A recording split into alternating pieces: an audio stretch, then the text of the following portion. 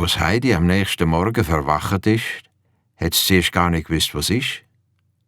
Aber gleich ist ihm alles in den Sinn gekommen und es ist aufgestanden, hat sich am Wäschtisch gewaschen und sich angelegt. Nachher ist es zum Fenster gegangen und wollte rausschauen. Es hat den Anblick von den saftigen Wiesen und den hohen Bergen schon sehr vermisst. Heidi hat zum Fenster rausgeschaut. Aber da sind keine saftigen Wiesen und keine Berge gsi. Nur graue Häuser und Strassen hat man gesehen, sonst gar nichts. Aber vielleicht ist das nur daran gelegen, dass Heidi kaum über der Fensterbank ausgesehen hat und einfach nur höher hat müssen aufsteigen. Adelheid, frühstücken! Bitte komm ins Esszimmer.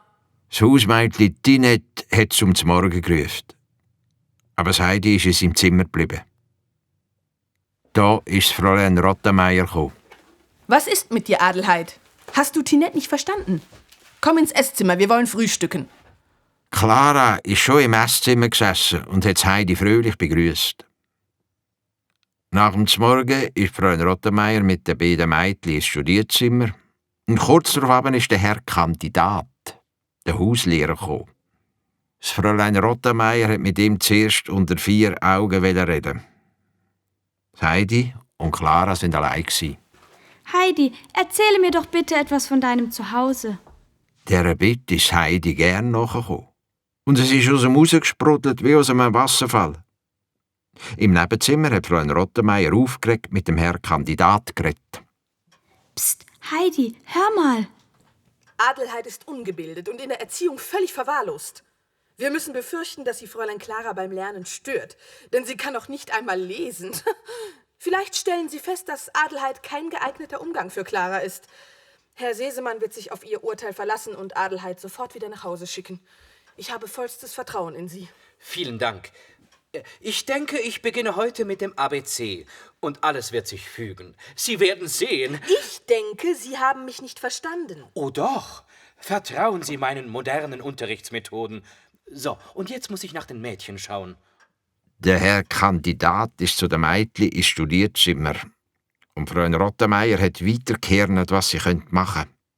Sie hätte das Heidi einfach loswerden und den Herr Sesemann davon überzeugen, dass Heidi kein Umgang für seine Tochter ist. Da ist sie plötzlich aus den Gedanken gerissen worden, wie sie aus dem Studierzimmer laut poldert hat. Sie ist schauen und hat gesehen, wie das offene Tintenfass am Boden gelegen und alles voller Tinte war. Der Tisch, Bücher, der Teppich, alles voll schwarzer Tinte. Wo ist Adelheid? Das kann nur dieses Kind verursacht haben. Ja, es war Heidi. Aber sie hat es nicht mit Absicht gemacht. Es fuhren Kutschen vor dem Haus vorbei. Da ist sie schnell aufgesprungen und hat die Tischdecke versehentlich heruntergerissen. Bestimmt ist sie zur Haustüre gelaufen. Dort ist Heidi auch gestanden und hat versunken auf die Strasse geschaut. Adelheid, was fällt dir ein? Wie kannst du einfach so davonlaufen?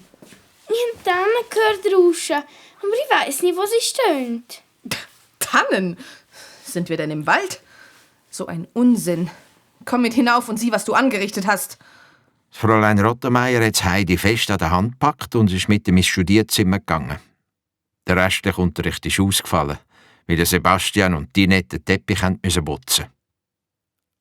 Am Nachmittag hat sich Clara wie immer ausgeruht und Heidi ist auf einem Schemmel vor einem offenen Fenster gehockt. Aber trotz dem Schemmel hat es nur Häuser, Strassen und Dächer gesehen. Sonst nichts. Nur graue Häuser, graue Dächer und graue Straßen. Sebastian, was ist auf der anderen Seite? Gerade dasselbe, mein liebes Fräulein. Aber wo sieht man denn da ins Tal runter? Also, da müsste man auf einen hohen Turm steigen. Einen Kirchturm vielleicht. Wie diesen dort hinten. Sehen Sie ihn? Ja, danke Sebastian. Ich muss grad gehen. Da ist Heidi aufgesprungen, die Stege ab und zur Tür rausgerannt. Aber den Turm hat sie einfach nicht gefunden.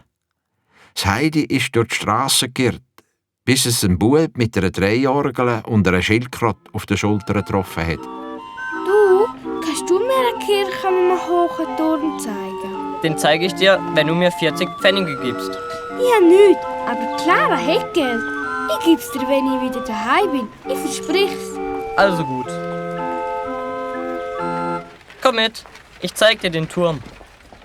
Heidi ist mit dem Bub so schnell wie sie können die Strasse abgerannt und endlich vor der Kille gestanden.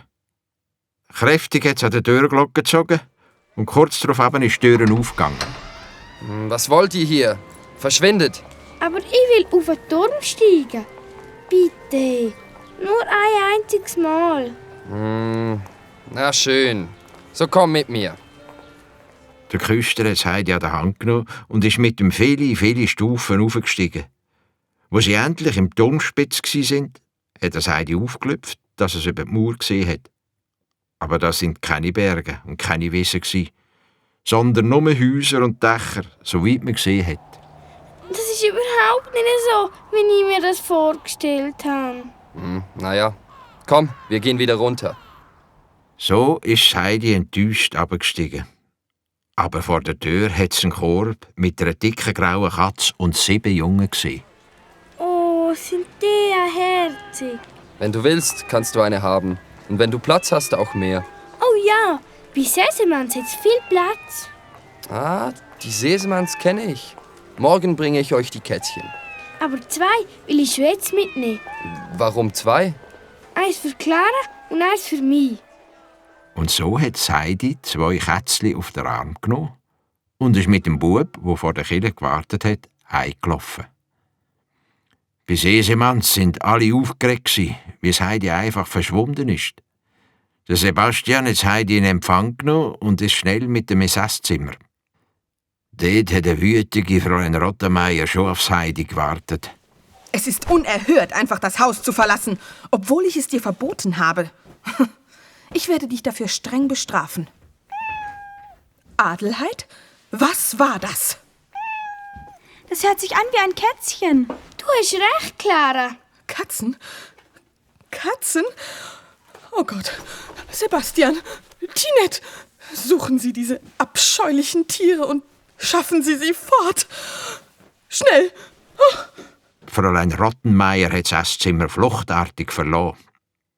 Der Sebastian hätte die 2 Kätzchen beim Servieren schon längstens gesehen und hat das Lachen kaum verdrücken.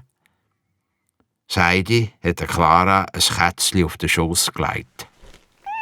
Oh, ist die niedlich. Bitte, Sebastian, bring die Kätzchen nicht fort. Keine Sorge, Fräulein Clara. Ich weiß da schon was. Ich bringe sie auf den Dachboden. Und wenn Fräulein Rottenmeier ausgeht, dann hole ich den beiden jungen Damen die Kätzchen zum Spielen herunter. Fräulein Rottenmeier war erschöpft von dem Ärger und ist ins Bett. Die Strafpredigt fürs Heidi hat sie aber am nächsten Tag auf jeden Fall nachholen.